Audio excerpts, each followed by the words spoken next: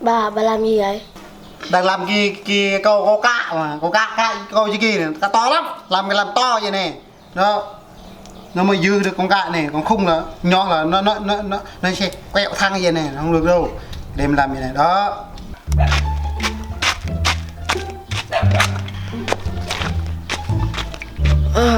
Đau đầu sấy rửa.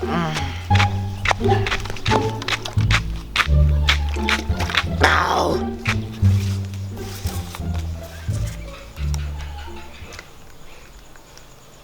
Ô, bạn, qua đây, nói đây. Bạn kêu gì hả? À, để tôi vô coi. Sấy rửa quá, tôi đi chơi chút thôi. Bạn làm gì vậy? Mình đang làm cái câu cá này. Câu cá không sợ nhậu không ru bạn nhé. Mình đấy. Mình không biết đâu, mình đi chơi, cứ đi chơi, ngay đường thôi. Mình say rượu lắm. Thôi mình đi câu đi. Câu à? Cái xui cái to lắm. Giờ mình làm cái móc nó to này, cái dây nó to vậy này. Sợ làm nhỏ là không yêu được á. To lắm. Cá to lắm hả? Cái xui kia hôm qua mình thuê. Ơi, hôm nay giờ anh mình đi câu đi. Đi câu đi. Đi câu đi. Mình làm một cái đi. Mày có câu không? Sao làm câu to thế hả? Câu to như vậy chứ nó bắt được con gà to lắm, làm câu nhỏ không được đâu. Không được đâu. Sao bây giờ có muốn đi câu không? Muốn. Làm là 2 câu đi. Cho trong 2 câu mình nhậu đi. Mình hãy đưa mình câu làm 2 câu chứ. Đây, tao cho mấy đây này, mình làm này, làm biết như tao này này. Đó, làm cái câu này. Làm câu như vậy này. Rồi. Cái dây đen này nó không thôi, không thôi đâu. Biết làm không? Tôi biết chứ. Biết. Hồi xưa tao còn nhỏ tao đi câu miết mà. Đi câu miết hả? Cái gì? Tao không vẽ đó là nghề của tao không á. Làm kẹp canh coi nè, làm câu nữa. Cho cái dây nè hả? Sao dây đen quá vậy? Đen y thẳng luôn. Đây tôi làm nha. Móc thế này nha. Hello. Đâu ấy, cây câu đâu ấy? Đấy, cái càng câu đây này. Đây hả? Đây này. Mày một cái tao một cái nha. Cái đen này. Câu này to quá ấy. Đâu cái nào? To chứ, cá to mà.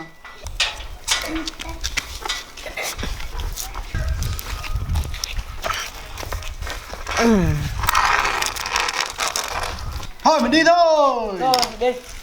Đi chứ cái mới thôi hồ mà. Đi thôi cái tao nói mình đi. Đứng đây này. Thôi chỉ kia mình thấy. Đứng đây hả? Đây. Hồ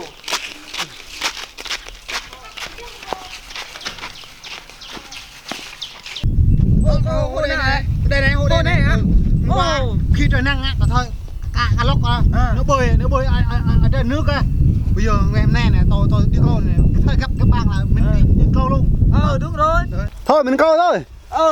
Mày còn muối chưa? Rồi. Con hả? Muối con cua á. Muối bạn gì ấy?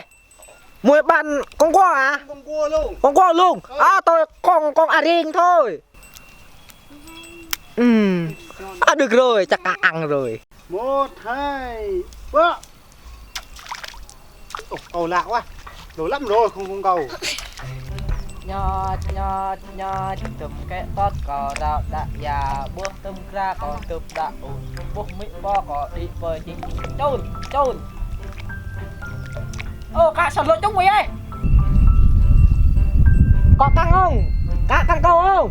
Chờ lâu quá không căng mà. Sao vậy? Chắc con gà nó bơi lên trên rồi. Thôi chắc nếu mình câu cùng chung. Mày hát thử một bài chắc chung á.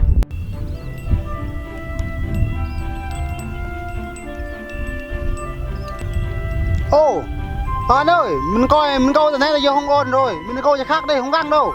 Cái đây thay bò nhiều quá, sợ bò rồi. Chắc chỗ kia thôi, trong đây. Thôi, mình đưa chỗ khác đây. Từ sáng tới giờ không có được con nào. Không gọi là con nào hết nữa. Đi câu chỗ khác thôi. Đây.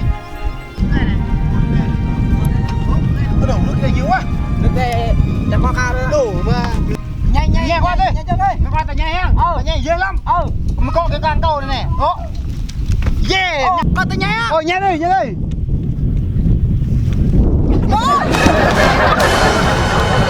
Đủ ba đây chắc mày sai quá, mày nhanh không được, tao này dễ quá. Tao sai. Nhanh. không đủ mét này ngã xuống nước sao mày ngu quá mày nhỉ đâu thôi cho đây nè coi cho đây nè thôi mẹ coi dưới em so cả nó chạy xuống gặp câu mà nhanh câu em tao câu chơi đây mình lừa cả đi là gặp câu nào gặp câu thôi cắt luôn thôi coi chân câu ơi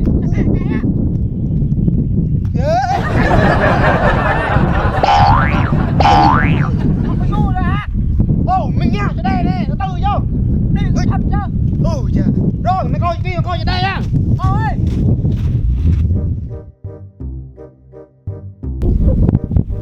giờ nãy lâu rồi ta không căng câu luôn mà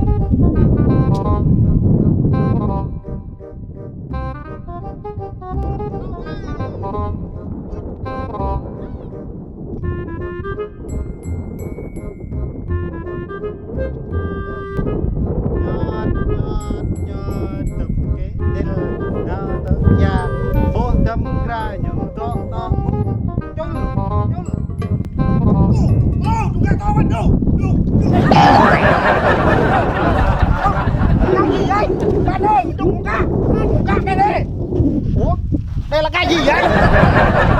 Cắm mắt hả? Không phải đâu. Mình nhìn cái này quen lắm. Quen lắm. Mình thấy ở đâu rồi sao á? Nhớ là thưa coi. À đúng rồi. Vô. Xui rồi. Xui rồi. Xui quá. Nhìn trùng cái đồ này sao được?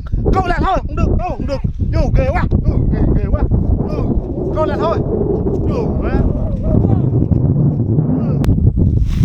kể cho tụt yun eo chút vạ xóa rân eo ake rân nhảy eo ake rân nhảy ô tao hạt bài này bùng lắm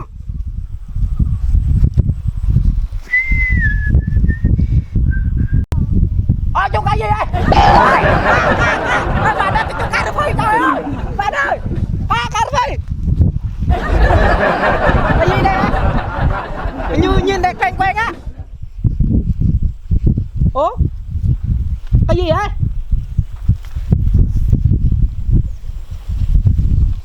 hình như quanh á cái gì hắn này tôi thơ rồi chắc dung quá tôi thơ cả đây lòng dung nhau thôi mà không phải cả đâu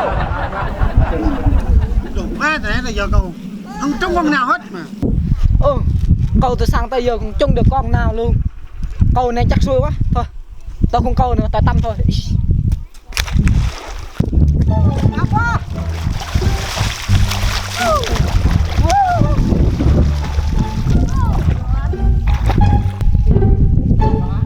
hey, cầu từ đấy bây giờ biết không đúng con nào hết thôi một chút à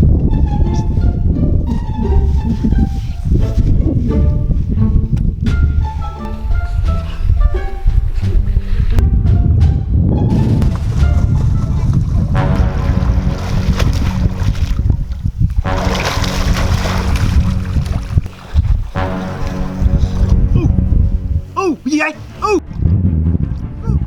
Anh đi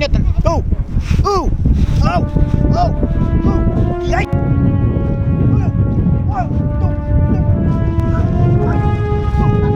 Nó to quá.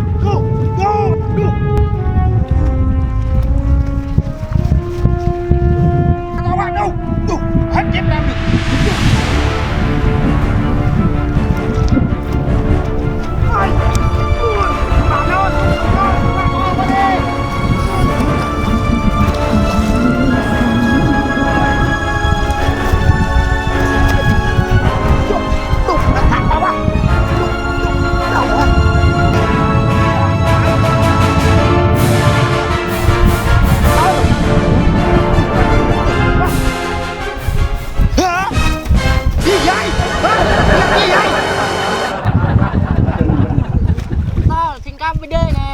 Đủ má cái này dốt mặt các mày.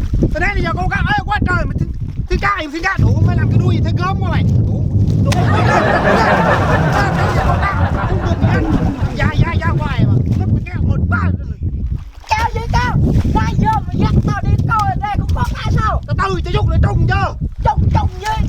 Trời nắng quá tôi tâm thôi. căng thẳng mà tự nhiên dơ dộn hoài mà có hết ra đi. Đủ mà mình kiếm cách khác rồi, cách không được rồi. Kiếm cách khác đi. Ôi, mà ghê quá. Làm gì không biết nữa. Khác ra đi. Cái này là cách cuối cùng rồi á. Công trúng của đây này là mình về thôi. Bây giờ cái công này. Bây giờ hai đứa mình kêu vong này này. Cái vong số cái kia là trúng liền à. Cả nhỏ cả lưng trúng hết luôn. Rồi mình kêu. Rồi mềm kia tao kêu đây á. Rồi mình kêu mình đi thôi. Đây. Rồi mình đi từ từ á. Từ từ thôi. Con ga chỗ đây thôi, con ga. Đủ, chập trúng rồi. Chập trúng rồi á. Ngang rồi đó. Trúng rồi. Chắc cái này con ta đó nó vô á. Ai nè. Trúng là cái nho lắm. Trúng sắp tới rồi, chỗ đây là trúng rồi. Đủ, nặng lắm. Nặng thiệt á.